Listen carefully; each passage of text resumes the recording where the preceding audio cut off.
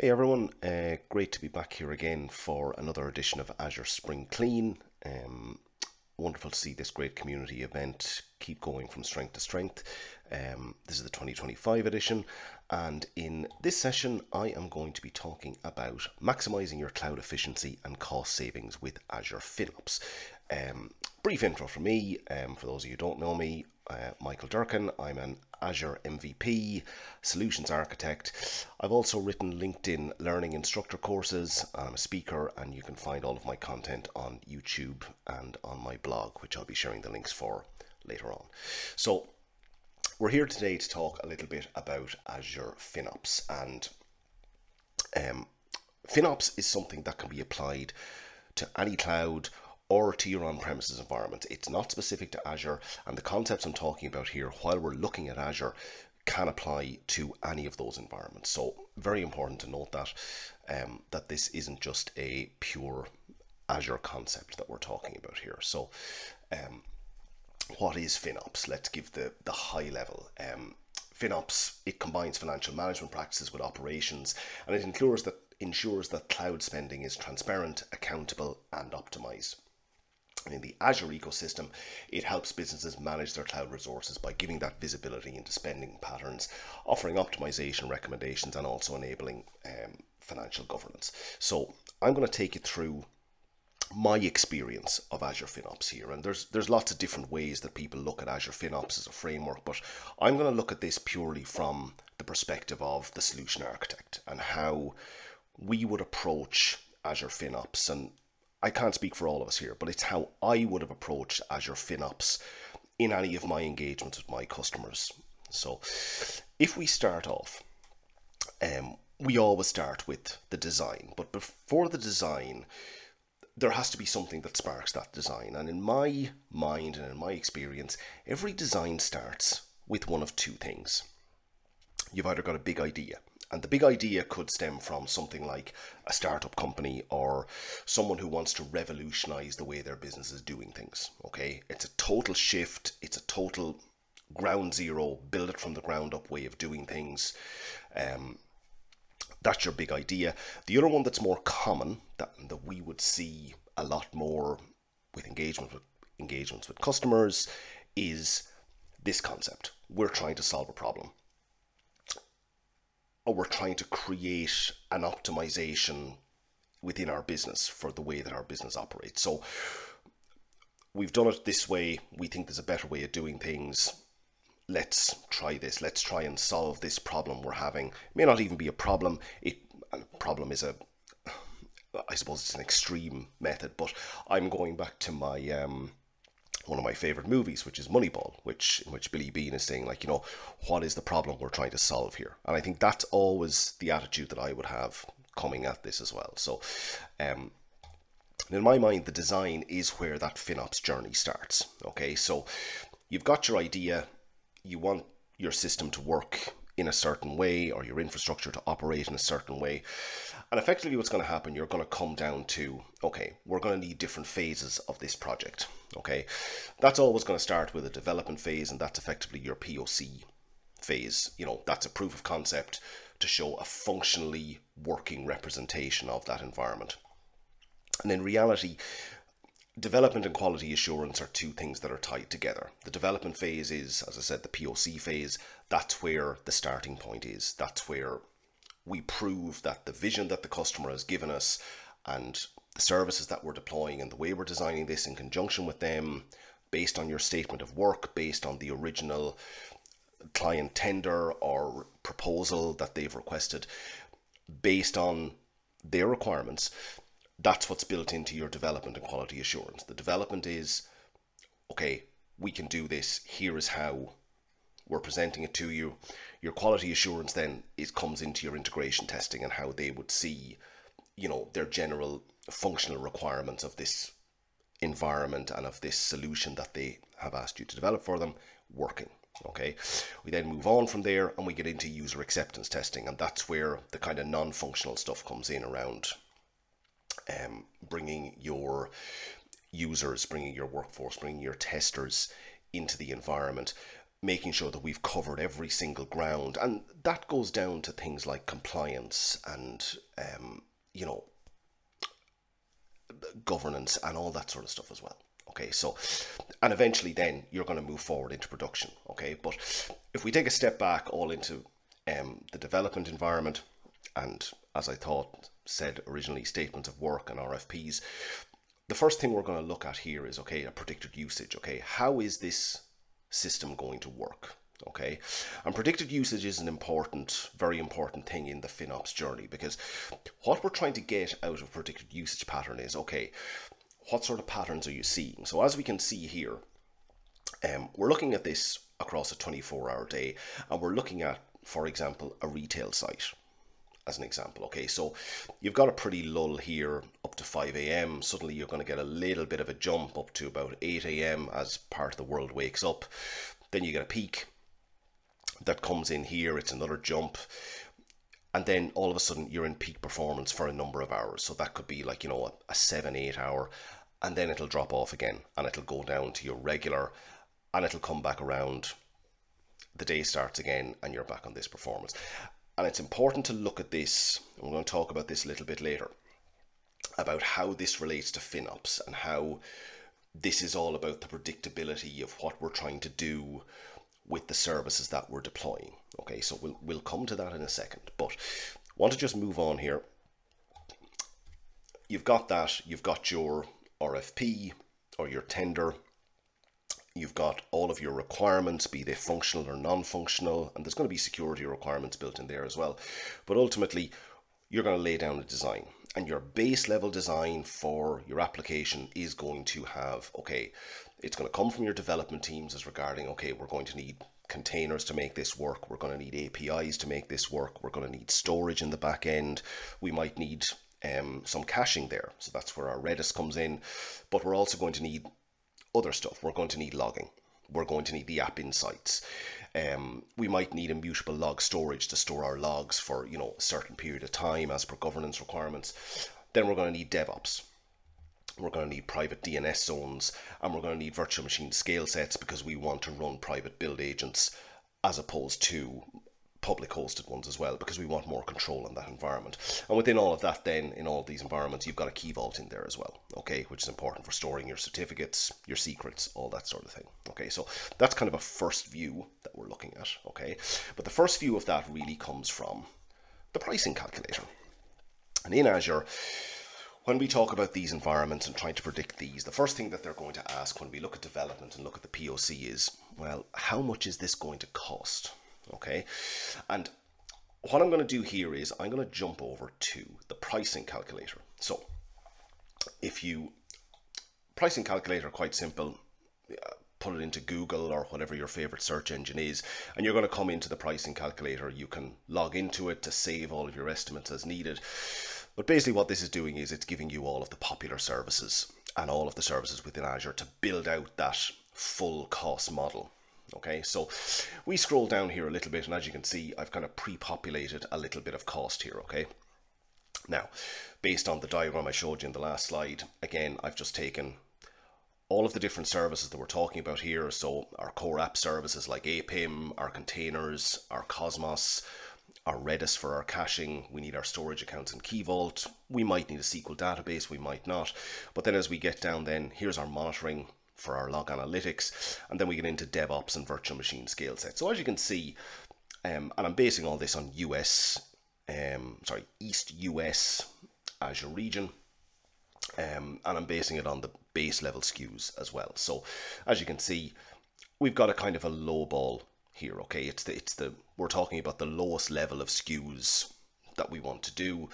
There you go, there's your cost for your POC. Okay, now obviously this is based on the services that I've selected here. You've got a high cost for SQL, so if you wanted to take that out and go for something different, you could.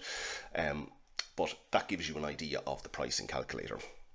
Just to say as well, while we're here looking at the pricing calculator, the other thing the pricing calculator can give you as well, okay, you can obviously log in, you can do your saved estimates, okay, and save your estimates down further here down the page. You can save them, you can export them out to Excel for viewing. You can also select your customer agreements as well, which can give you, like, you know, different CSP or EA agreements, and that'll change your pricing there. You can also go for higher levels of support as well.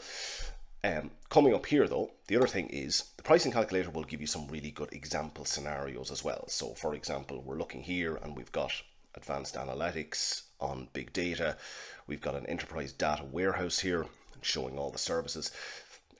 You've got Arc-enabled servers, for example, and you can show how that works, and it shows you the products over here on the right hand side that you need to make that work. So that's quite simple. You can just add that to an estimate and that'll bring it down into another estimate down here. So it's a nice Azure pricing calculator can help you with that sort of thing as well. Okay, so and effectively what we're saying is that this is our first stage of our FinOps. It's the inform stage, okay?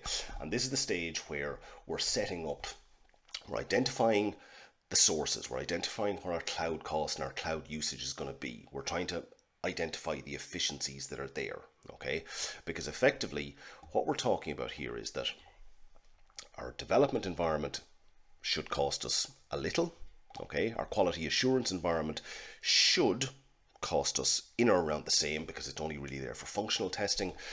Let's say our UAT environment, it should cost us the same at the start, but if we get into load testing, and I'll talk a little bit about load testing later on, you know, we might see a price increase there because we've got to load test this, we've got to go for increased SKUs and make sure that the application we've deployed matches our predicted usage that we saw on the previous slide. Then obviously as we get into production, yeah, look, those numbers are going to be there, and load testing is going to give us that. It's going to give us, you know, the best prediction possible, but again, they're predictions, okay? And until we can, at this stage, until we can get into our development, our QA, and root out our functional requirements and also our non-functionals as well to see how this is going to work, we can't move to here. So effectively, your FinOps stage 1 is about identifying that cost usage efficiency, seeing how your app is going to work. You're going to do your benchmarking against your requirements and metrics.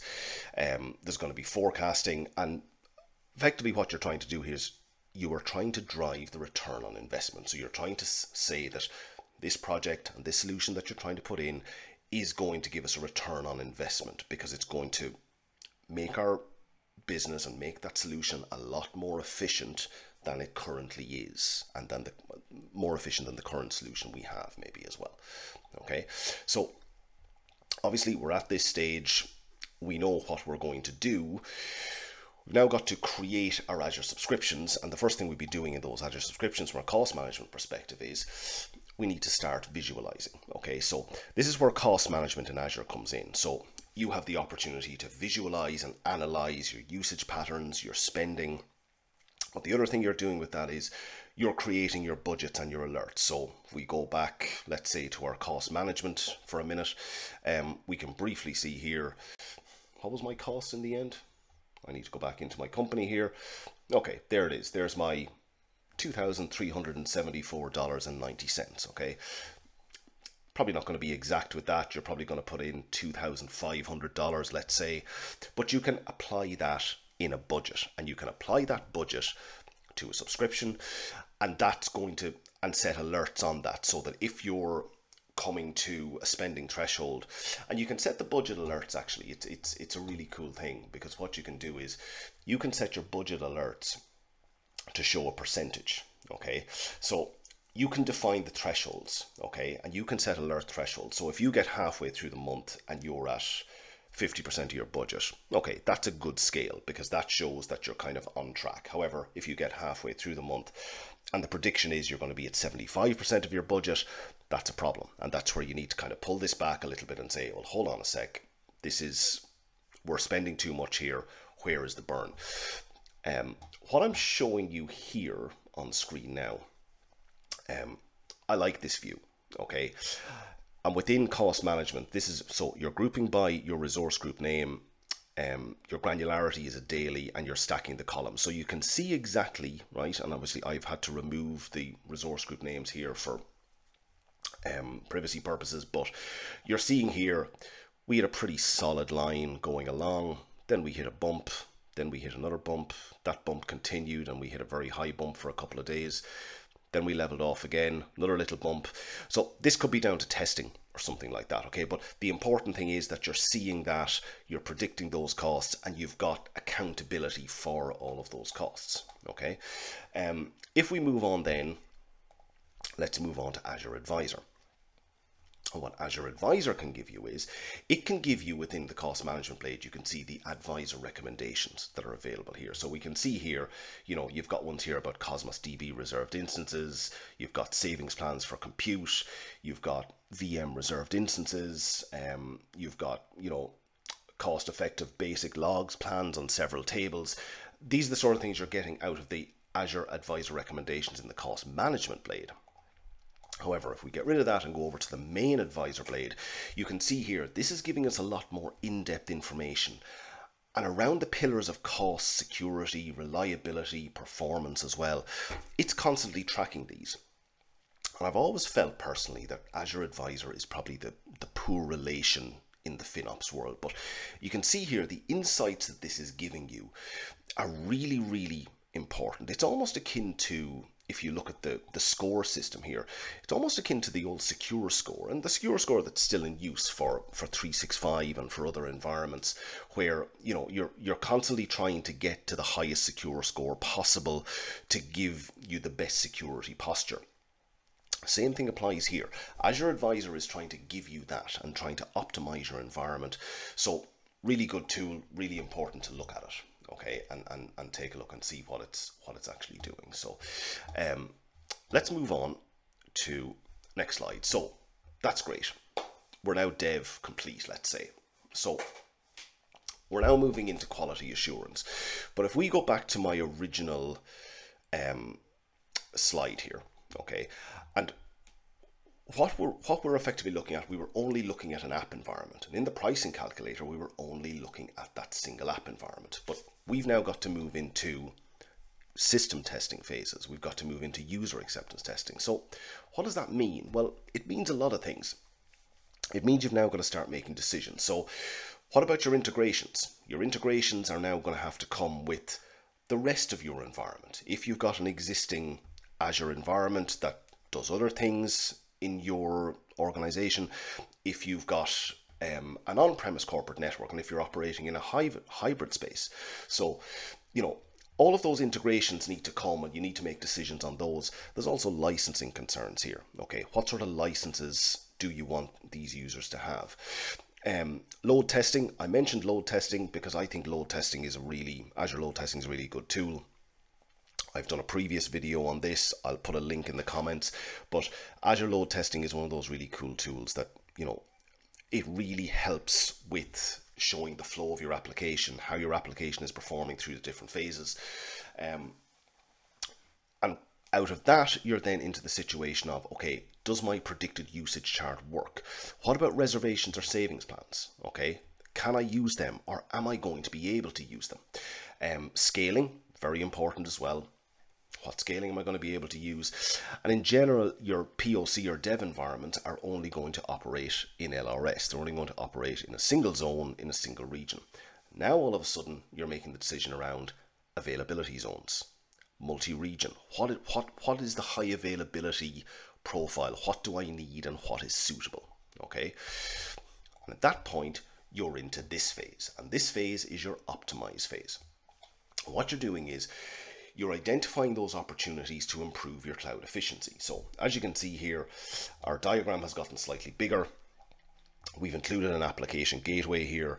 We've got a firewall. Let's assume that you already had a firewall there, but you're probably going to need an application gateway if it's a WAF. You may need a network gateway. You may need express route circuits or site-to-site VPNs if you've got a corporate network, if you don't have those already. But then you're also going to talk about, you know, how your users or how your consumers are going to use this application. If you've got external users, you know, you might want to integrate Azure AD B2C or Azure Entra External ID, as it's now known.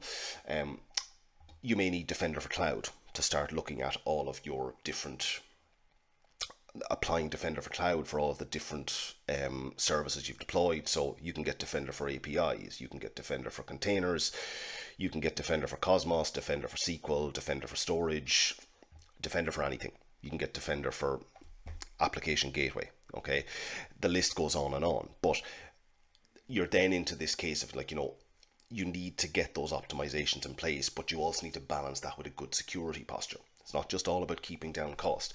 You got DDoS protection in here as well. You may have an existing Office 365 model or Microsoft 365 licensing model.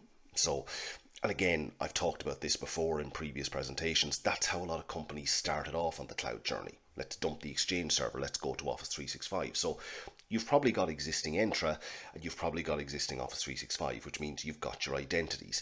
How are they licensed? Okay.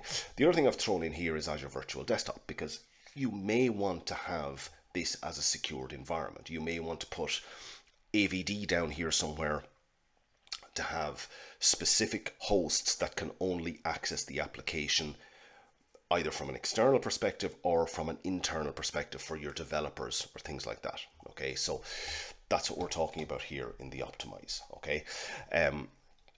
Also out of this, then you're talking about things like your reserved instances and you know, optimizing the costs. Okay, so with all of that, yet again, okay, I'm sure you're going to really appreciate this, I'm going to jump back to the pricing calculator. Okay, so here's my original cost.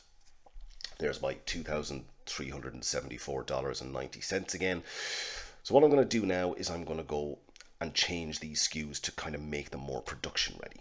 Okay, if we take API management, we can go up to higher SKUs, okay, because the developer SKU, while it has the same functionality as the premium SKU, it's limited into what it can do, and it's going to throttle the amount of requests you can put in through your APIs. Okay, if we look at the difference here, we're paying $48 at the minute. You go premium, there's a jump. Okay, and it's an automatic jump because you're all of a sudden you're getting that ability to, you know, do a lot more with this, and your rate limiting gets turned off. Okay, let's say we go premium. Within API management, there is no option for reserved instances. Container registries, you may need more storage in your container registries. Let's say we're going to put in 100 gig of storage in your container registries. We might want to up that to a premium registry as well.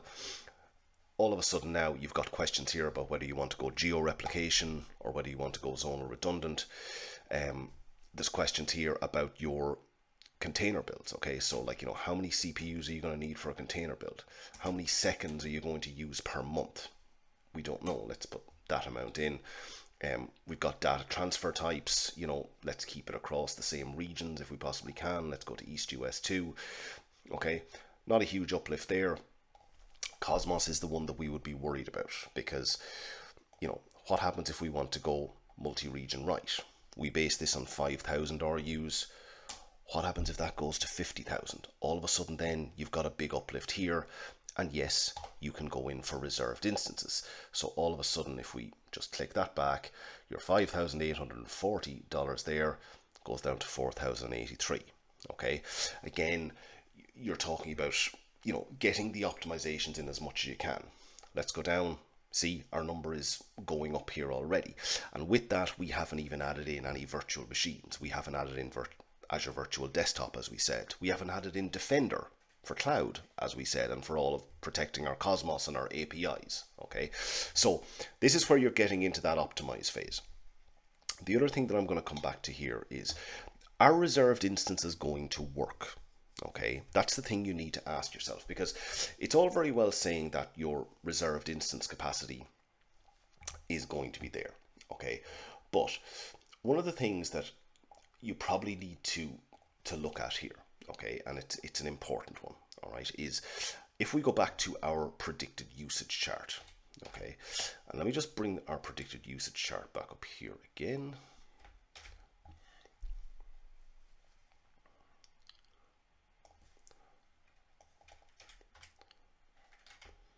Apologies, the demo gods are not with me today. Let's bring this over here for a second.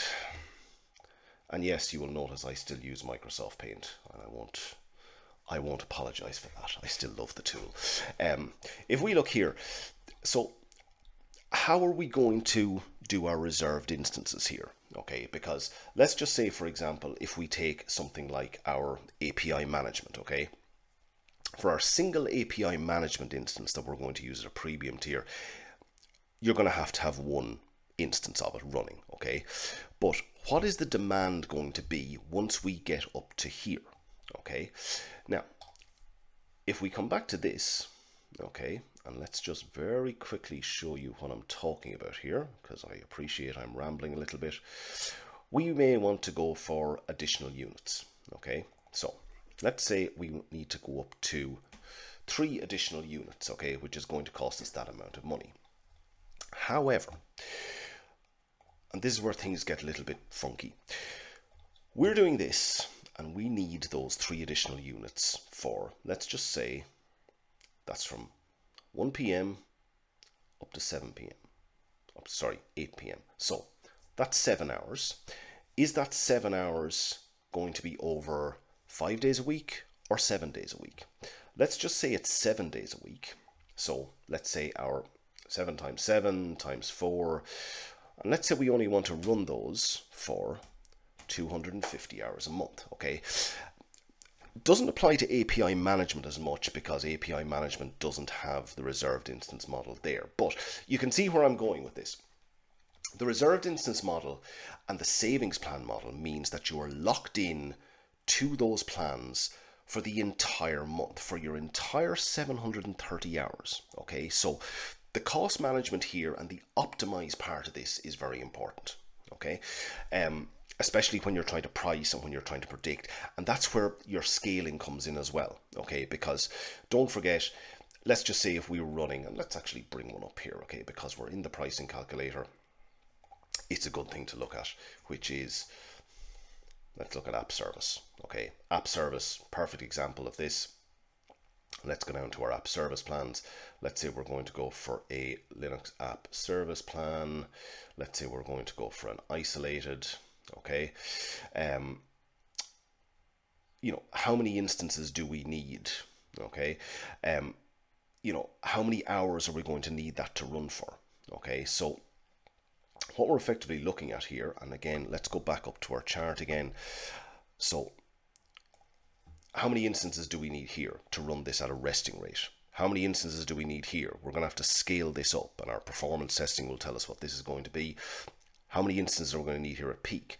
And there's no point in going for reserved instances for the peak hours, because even though it's going to give you a certain cost saving, it's not going to be fully optimizing your costs over the course of a monthly period. Okay, so this is where we need to be a little bit careful when we say, oh, reserved instances and savings plans are the savior of everything, because sometimes they're not, okay? So this is what we're talking about. We're also coming back to, you know, about secret weapons, okay? And the secret weapon in your optimize is going to be Azure Policy, because Azure Policy is going to allow you to put enforcements in, okay? And that's enforcements around things like naming conventions. So we all need naming conventions to be in place in our environments. You've got tagging standards, you've got allowed SKUs. This is mostly around VMs, but it's an important one and it's an important cost saving. Location enforcement. You are only allowed to put your services in East US. You can't put them in Sweden East. You can't put them in North Europe. You know, there are certain governance and compliance and data residency restrictions that some companies have. That's an important one. Again, you've got your LRS, GRS here. You can also look for orphaned resources, see what's in use, and you can also enforce hybrid benefits as well. So for example, we saw SQL there on the list. If you wanted VMs in this solution, you could also go in that direction. Another secret weapon then, of course, is DevOps and GitHub, and this is where you're talking about your secure deployments, your environment management, your approval gates, and also, and I think it really only applies to Terraform if you're using drift detection. Again, it's hugely important, okay? Because what we want is, as closely as we can, we want the deployments to be secure, okay? So you're going to use your workload identity federation, which is the newest, most secure model. We're going to use environment management. Environment management's a good one because it means that effectively all of your environments effectively look the same. They're always going to look the same across the board, okay? And then you've got your approval gates as well, whereby you can't just click something, run a pipeline, deploy, and you do it all yourself. You have to have reviews, you have to have approval done for you. Okay? So all of a sudden we're ready for production. We've got our development, QA and testing done, and we are ready to step into production. We know what the load is going to be. We've optimized how this is going to look. Okay? And here we are now, and we are at FinOps stage 3, which is operate. Okay? And this is where we're talking about, operationalizing that FinOps data. Okay, you're talking about getting your cloud governance policies, your compliance monitoring, and you're empowering all of those individuals, to actually buy into this. FinOps isn't just about the finance guys and the IT guys and the developers who are developing the solution, because if we look at this, any number of departments could potentially own any of the services that you've got here. Okay, your cybersecurity people may own the application gateway, the firewall, and the connectivity. Your governance people may own the storage. Your compliance people may own the logging. Your development teams will own your DevOps stuff, and your retail teams and possibly a mixture of finance teams then will own the core elements of your application. Okay, so this is what we're talking about in Operate. Okay, we're collaborating as one. We're not just offloading it to a single person to manage this and, saying, okay, you deployed this, this is your responsibility. It's about getting those teams together, getting them informed and getting them to collaborate and bring it to success. Okay, that's really what we're talking about here. We want this to be a success. We have to collaborate and keep this going. Okay. Let's take a look at the summary of best practices, that I talked about. We want to enforce our tagging. That could be across different teams, and that's what I talked about in the last slide was, you could tag different departments to different things. And again, you can get a cost management view on that as well. We want to review usage regularly. The cost management slide that I showed you with the different stacked columns, that's something you could send in an email on a daily basis out to all teams just to say, okay, this is the current profile, this is where we're going along the month, and then you've got your reporting that comes into that as well. Automation is important from a scaling perspective because it means that your app is optimized to run at that optimal level. And finally, I talked about the education of the teams. Okay, just making sure that everyone and every team and every department that is involved in this has got to buy into this, because it has to be company wide and it has to be organization wide. There has to be ownership taken across all of those. So in conclusion, what we're trying to do is here, we're trying to optimize your Azure spend through cost management and budget and alerts. We're trying to maximize your efficiency using things like advisor, reservations, etc. And also then we've got that financial accountability as well. We've got the visibility, we've got the shared ownership across all departments, and that's hugely important for any project to succeed. And that is all from me. Thank you very much for watching this session. I hope you enjoyed it. Special shout out again to Joe and Thomas. That's Joe Carlyle and Thomas Thornton for yet again bringing this wonderful event and giving me the opportunity to speak at it again. You can find me on any of these channels. I'm blogging on my blog on michaeldurkin.com. You can find me on X, LinkedIn and Blue Sky on those handles. And if you're watching this, you're watching it on my YouTube channel where you'll find some other content as well. And again, as I said, I'll put some links in for stuff like the security and the load testing that I've done previously. Again, thank you very much for watching, and I will see you on the next one.